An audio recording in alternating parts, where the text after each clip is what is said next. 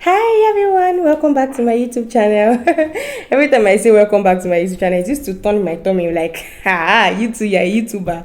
But yeah, welcome. I am the Global Woman, and here I talk about faith, love, food, and lifestyle. So yeah, you are welcome. The birds in my area are also greeting you welcome. So yeah, welcome everybody. And today, as I thought about what I wanted to share, my heart sank 1,001 times because I'm known for vibes, I'm known for laughter and happiness. But with the current situation of things in the country, or should I even say in the world at large, it has been quite sad. A lot of things has been sad, especially when we come to the aspect of marriage, right? So in the past few days, I've seen different breaking stories of abuse in marriage, and I'm like, Lord have mercy.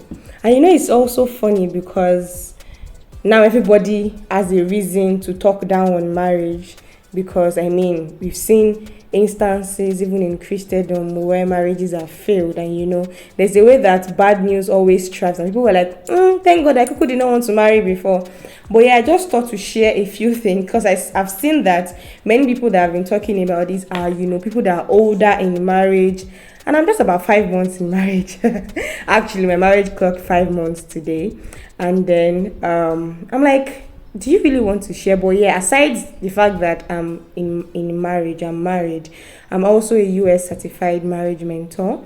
So I feel like I have things to share, because I've talked to youth about relationship for the last 3 to 4 years, and I've heard stories about abuse even in relationships. And my answer or my thought to these people is always simple: no. If you see somebody treating you bad in the relationship, it's going to do worse when you get married. Because in marriage, there's a lot of compromise, so you have to meet in the middle. Don't say, no, this is how I am, she too, no, no. Those marriages don't work, because both of you have to always remember that you are now one. Both of you are in the boat together, you're in the ship together, and it has to work. So now to the issue on ground about abuse in marriage. One thing that bothers me the most is the fact that people don't even understand the different aspects of abuse. So when we say abuse, a lot of people just keep saying, he has not slapped me, he has not beaten me. But then he has insulted you, he has shouted at you, he has made you feel less of yourself. What else are you looking for? That is abuse in 3D. That is abuse pro max, So I really want to talk about emotional abuse here, because a lot of people are saying that nobody must beat me, as long as it does not beat you, stay there. And then I realized that even our elderly ones are not helping us, because I've heard of instances where older women will tell the younger women that every man has his own comma, better stay there. Or even mothers that tell their daughters that, see, do you know the one that your father was doing, and I'm here 30 something years in marriage. I just said 30 something years in marriage. But yeah, really, we need to be fair when we are giving all these when we are sharing things. We really, really, really need to be sincere and to be fair on others. So nobody is doing a battle of who suffer past. No, there is no reward or award for sufferhead in marriage. In fact, we realize that the reward for sufferhead in marriage is abuse and death. So it's really heartbreaking that people are dying because of bad and evil marriages. But it's even more heartbreaking that some women don't recognize that their husbands are abusing them. So I just want to tell you this today for free. Okay, you're using your data to watch me, but yeah, it's still for free. If your husband is abusing you emotionally, that is even worse. I feel like it is worse than being beaten. I remember that growing up, some of my friends always say that they prefer their parents to beat them than to abuse them. Do you know why? Abuse, when somebody verbally abuses you, it goes with you everywhere you go. If you say that he's beating, that is worse. If somebody slaps you today, tomorrow you might not remember the slap, or next week you might not remember the slap. I'm sure that if you ask yourself, the last time your parents beat you, how long did you remember? But the last abuse that they abused you, you will always remember. That is how much weight our words carry. Our words carry so much weight. So when somebody is abusing you verbally or talking down on you, or maybe you're in a public place and is insulting you or making you feel less of yourself, my sister, my auntie in marriage, please, this is a big red flag.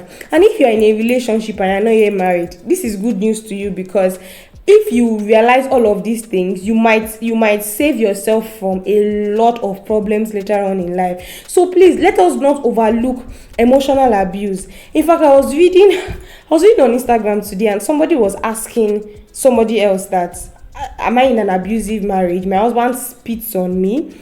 My husband doesn't eat my food when he's angry. When we are out, he's not proud of me. I read all of these things and I was, Lord have mercy. It was sad. Why will you spit on somebody? Is she trash? Is she trash? And we've said this for the longest time, that women, ladies, please know your worth. Trust me, it is on a scale of 1 to 10. Most men show their true color in relationships than in marriage. You'd have seen it. You'd have seen it. And some people are like, thank God it's not me he beats, so he beats his sister. See, anybody that has violence, the spirit of violence in them, they're just keeping your own. No? Like, that violence have not reminded them that they have a wife. If you see somebody that beats his sister, beats his siblings, beats his neighbors, maybe he's in an argument with somebody and he's throwing things, he's breaking things, and you're like, maybe it's not me he's beating. My sister, it's coming to break your head. That's just the truth. So I'm actually vexed and annoyed that with the rate of leave, women know your worth, women know your value, that we've been preaching and people have been saying over the years, many women still stay. Yes, I understand. It's not easy for you to leave. Why? Because you're thinking of what people will say. You're thinking of your children. But you're also thinking of your children, that they might become motherless when you die in the hands of an abusive man. Are you thinking about that? You're thinking about people, what the society will say. Do you know that your death is also going to be the talk of the society or the talk of the town? So which one do you prefer? Mommy Gio divorces her husband because he beats her, he abuses her. That is a better headline than Mommy Gio dies because her husband beat her. Trust me, people will forget. After a while, people will just move on. And I was so happy. We're not really happy, but I was just glad that I read some stories where some women were like, their husbands were abusive and they left. Some 3 years, 10 years, 15 years. And they're happy for it. They are good for it, So please, and please. I know it might be hard, but you can leave. You can leave that marriage. You can leave that relationship. Particularly the relationship. You can leave. Don't say, why are we always concerned about what people say about us? I think that's where it starts from, because if the reason you are not thinking about yourself and the reason you are not loving yourself so much, because I feel like it is self-love. If you see abuse and you run, it means you love yourself so much. So why is it that we are oh God, why is it that we are using people's yardstick to measure how happy we should be? Or you are using what people say to either make or no, please. You have a decision. You have a right over your own life. And trust me, God handed your life to you for a purpose. So always remember that that purpose that you have, if you die, is going to die with you. Somebody once said that the grave is the wealthiest place in the world, because there are a lot of potentials that have been buried in the grave, that have died in the grave. And when you see how these people died, some from abuse. So please, I'm here to beg. I don't have so much to say. I know I've said a lot, but honestly, I don't think I have something different to say from what every other person has said. If you are seeing this, or if you are seeing this and you know somebody that she's in an abusive marriage, please beg them for us. We need you alive. Your children need you alive. Your generation needs you alive. Your future needs you alive. Your purpose needs to be accomplished. In fact, the world will be blessed by your purpose. So please, we need you alive. It doesn't worth it. They will say Ruth Abokoku. Even Ruth in the Bible, when her husband died, she did not die with him, even with the whole love and everything. So please don't sacrifice your life on the table of abuse. Love yourself so much and enough to know that you are enough. And that is why I always preach self-love. I feel like if a woman is secure and happy in herself, first, she will not need a man to make her feel loved. Secondly, she will not need a man to validate her. Third, when she sees or recognizes that she's not being valued, she'll be able to leave.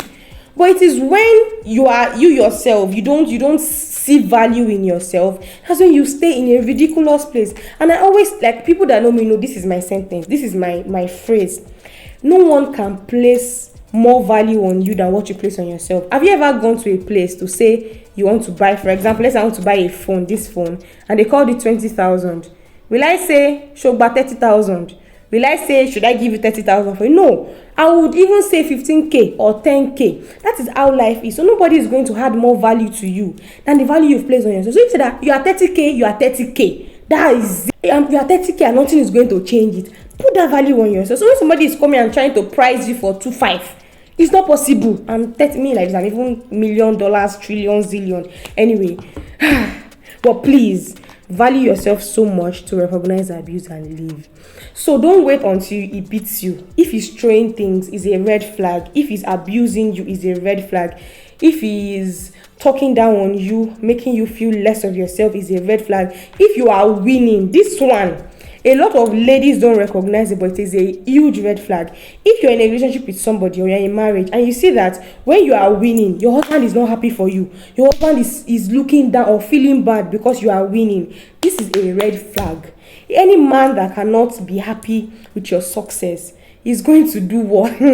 He's just looking at you in 3D that you're having PhD, Abby. Don't worry, we're going to kill that dream one day. That is it. So ensure that you shine your eye. Shine your eye. Please open it very well. Use telescope, stethoscope, any scope that you can use to ensure that you are alive, you stay alive. I know that people are still complaining about the state of the country, there's no money, but it's better to be alive and trying to make ends meet and, building wealth, making money, than for you to be dead and, you just forget. You see, the same way people will forget your story, whether you are alive or you are not, the same way they will forget your story, whether you choose to live an abusive marriage or not. There's always going to be a new story. In fact, on social media, immediately after these recent deaths in marriage, new stories came and everybody moved on. So why did you have to wait till then? And I want to please speak to people that know that they have friends in abusive marriages. If you have a friend in an abusive marriage and she's not speaking up, and you're also not speaking up, you're not doing her any favor. Nigeria has happened, they have carried my light, but this thing I want to say, everybody's going to hear it in Jesus' name. So please, friends, if you know that somebody's in an abusive marriage, let's start calling ourselves out.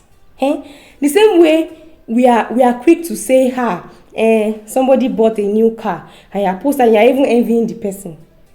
Please speak up. Even if you don't want to bring it up on social media, if you can bring up somebody's success, if you can bring up a friend's, lovey-dovey relationship, I think you should also talk about it when you recognize that somebody is experiencing abuse. You don't have to bring it out on social media because, privacy and all that. But everybody should have somebody over their lives. So if you know the person's pastor, you know the person's, parents, please go and tell them that, Mommy Bola, Daddy Bola, Oko Bola, no. In English, Mommy Bola, Daddy Bola, Bola's husband is beating her. We will kill her. Tell somebody. But don't be silent about it. And then when the person now dies, you now say, and she told me, no, you're not a good friend. Let me just be sincere. You knew she was experiencing abuse.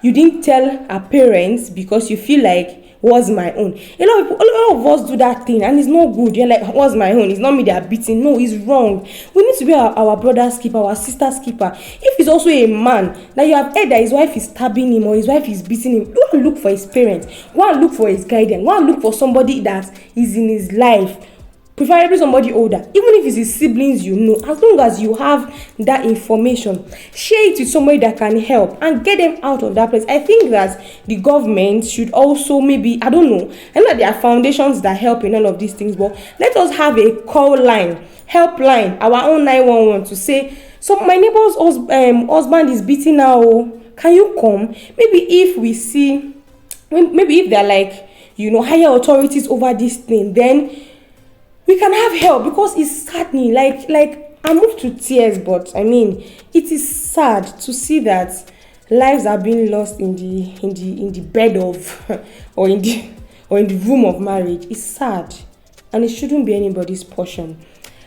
When God was creating marriage, when God destined marriage, He destined marriage to be beautiful. God destined marriage to be great. God is not happy about the fact that His daughters and His sons are dying in marriage, in the concept that He created. God is not happy. So please, let all of us not be happy about it. So when you hear that somebody is being abused and they are still alive, look for how to get them out of that place as soon as possible, because trust me, it might not be easy for that woman to say she wants to leave, but if you have that information, you can help her, you can give her that strength she needs, and you can get her out.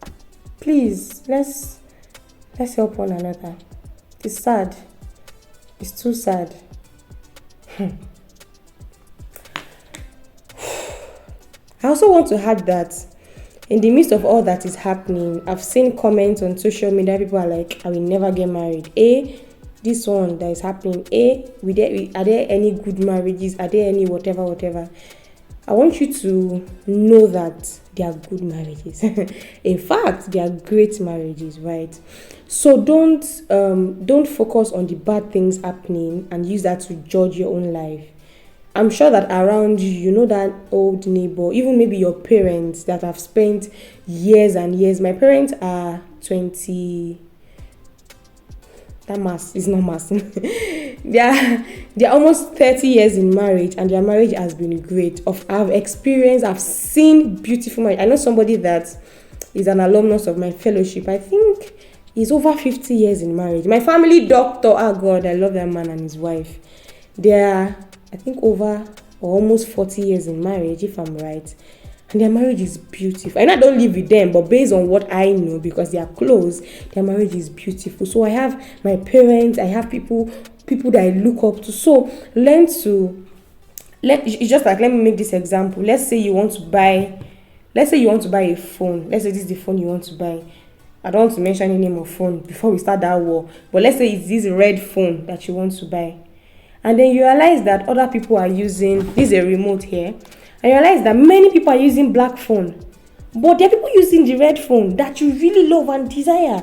So don't say because 90% of people are using this black phone, then you will never get a red phone. No, focus on that which you want. So I think in the midst of all of this that is happening, comfort yourself with the fact that there are people that have spent 60 years in marriage. I saw a picture yesterday on Instagram, and it warmed my heart. I'll see if I can add it. No, I don't want to add it because of privacy issues and whatever. But the man and his wife were celebrating, I think, 67 years in marriage. They are very old, but they were still vibing. It was beautiful to see. So please focus on the good marriages that are around you. Yes, I know that the bad news can be heart-wrenching, can make you give up on love, give up on marriage. But remember that they are good marriages, they are great marriages, they are beautiful marriages. I'm talking from experience. Yeah, they are beautiful marriages. So don't be dismayed. I think it's also important for us to be careful of the advice or the counsels that we receive or we see around, So at this moment, because everybody is like, it's like we're all in a sensitive season, so there are different advice here and there. Everybody is saying their own. And in the midst of it all, some people are saying the wrong things. Some people are using this as an avenue to speak against the church, to speak against God.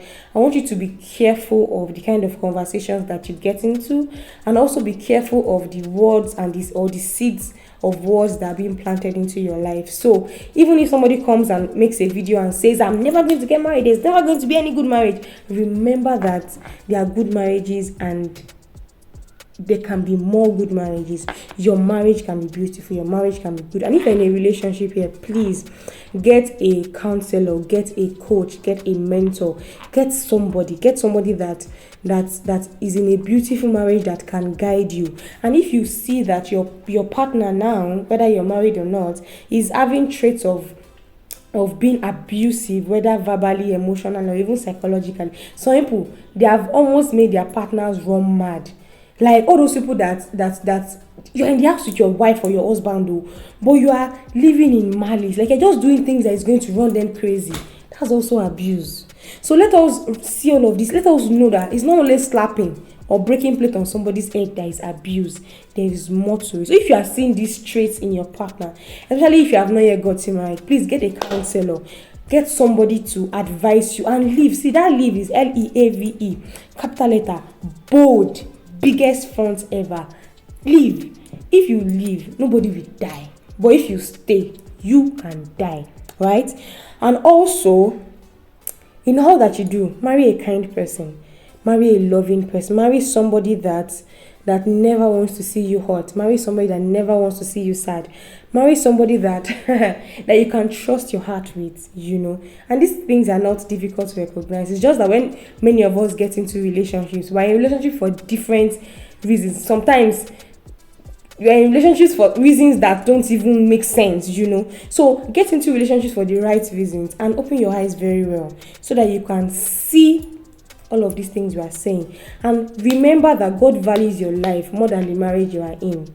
God values your life. If you leave that marriage today, it doesn't mean that you're no longer God's child. It doesn't mean that God is going to be angry with you or God is going to kill you. No.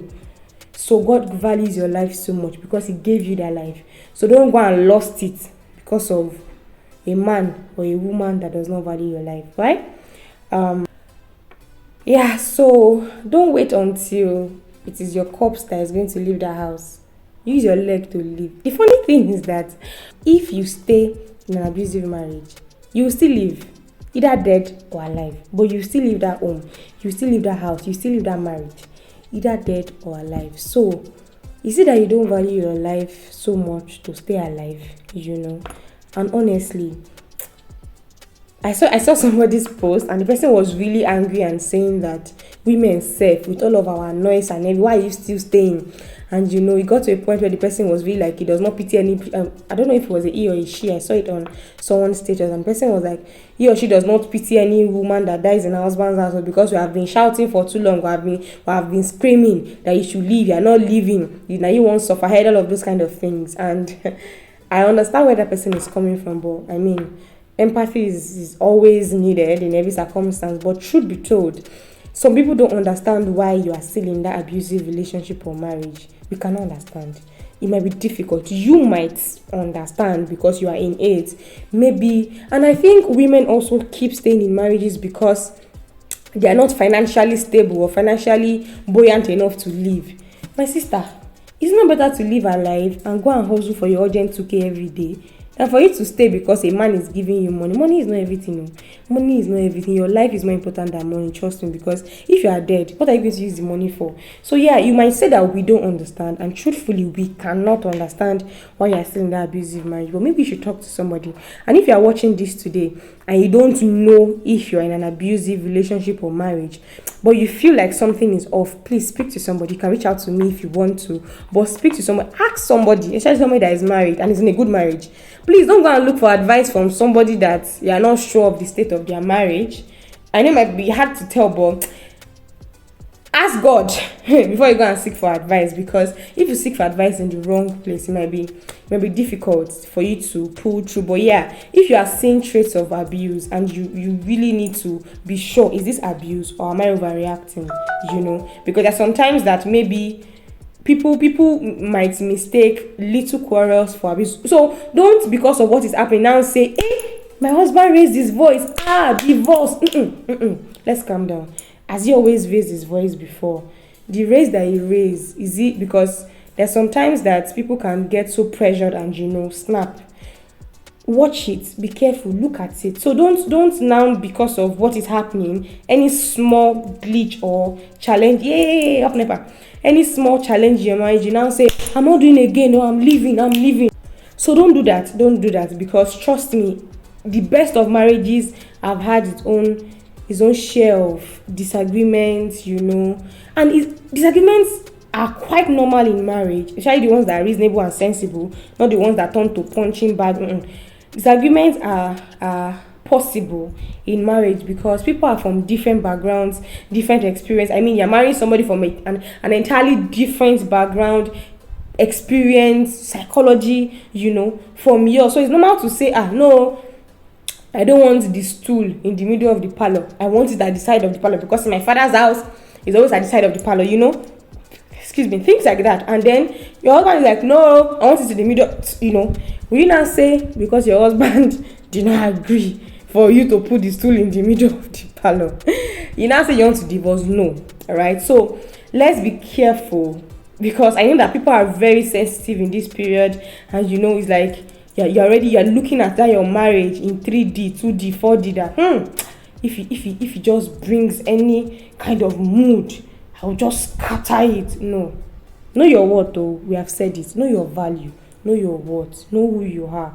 But please be calming down, so so that you don't trash your beautiful marriage.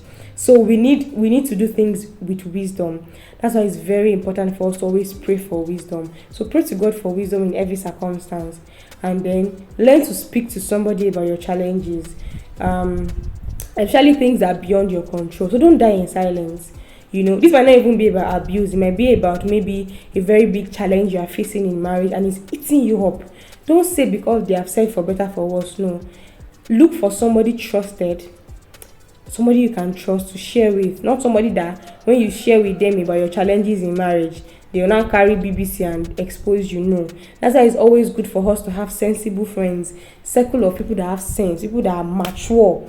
It's very important to have them, so that in challenges of life, not even just marriage, maybe at your job, in your business, like things that are really weighing you down, share it with somebody. Let's stop. I think we're turning suffering and abuse to a competition. Now me suffer most. No, it's not a competition, my dear. It's not a competition, please. So don't be happy that you're suffering the most. It's Paul that was happy that he suffered for Christ. Is it Christ you're suffering for? If it's not, please come out. Yeah. So yeah, I think I've been able with these few points of mine. I hope I've been able with that chicken or cock that is crowing to be able to convince and not confuse you that we value you, we love your life, and we don't want you to die in that marriage. We don't want you to die in that marriage. We don't want you to die in that relationship. We don't want you to be sick. Because some people that their own is not death, it's just emotional trauma and sickness, and their minds are never the same again. So we value your life, and we hope that you also value your own life enough to get help and get out from whatever situation. You might even be a toxic environment, like in your workplace. You are in a toxic environment. Your boss is shouting at your head. Maybe I've heard of bosses that slap their employees or abuse them. Leave, run. God will give you another job. God will give you another job, and you will not suffer in Jesus' name. Amen. So yeah, thank you guys for watching till the end. I know that this was long, or this has been long, and I hope you're able to learn or get one or two things. And let's just be our brothers and sisters keepers more than ever before. Check up on people that that are married, even people that are in relationship, even single people, because single people also have lives. Yeah, so check up on people around you. When somebody comes to your heart, pray for them. When somebody is really pressed in your heart, call them. You don't know if it's that call that is really going to save them. So when you desire, let me just quickly share this story. 30 seconds. I was watching Abattoir. Abattoir is a wonderful movie series from Mount Zion Films Ministry production. Yeah. So I remember the last episode, there was there was a guy that was a cultist, became a pastor, blah blah blah. So his mom wanted to go to school to see him, but his brother was like, that's 4 hours away. Why do you want to go that long? And the mother was like, I want to go and see him. Lo and behold, when she got to his room, he was hung by the cultist people that he left. Just imagine the woman did not go. Like, it was pressed in her heart that I want to see my son. I must see my son today. And she went to see him. If she did not step into his room that very moment, the boy would have died. right? So when somebody is pressed on your heart, don't say, well, adult life is happening to all of us. Yes, adult life is happening to all of us, but please check up on your friends, especially when it keeps coming to your heart that, Bola, Tayo, Jide, is Tayo okay? Is Bayo okay? Call them, send a text, please, even call. I think we have become too lazy in checking up on people, that all we do is WhatsApp. Please learn to call people. I know that some people don't like to be called also, so it might be difficult, but yeah, if somebody is being placed on your heart, if there is somebody that you can call, that you have been talking before via phone call, please call them, check up on your friends today. So when you watch this video to the end, please pick up your phone and check up on somebody that you have thought about in the past. Yeah, thank you very much. Thank you so much for watching.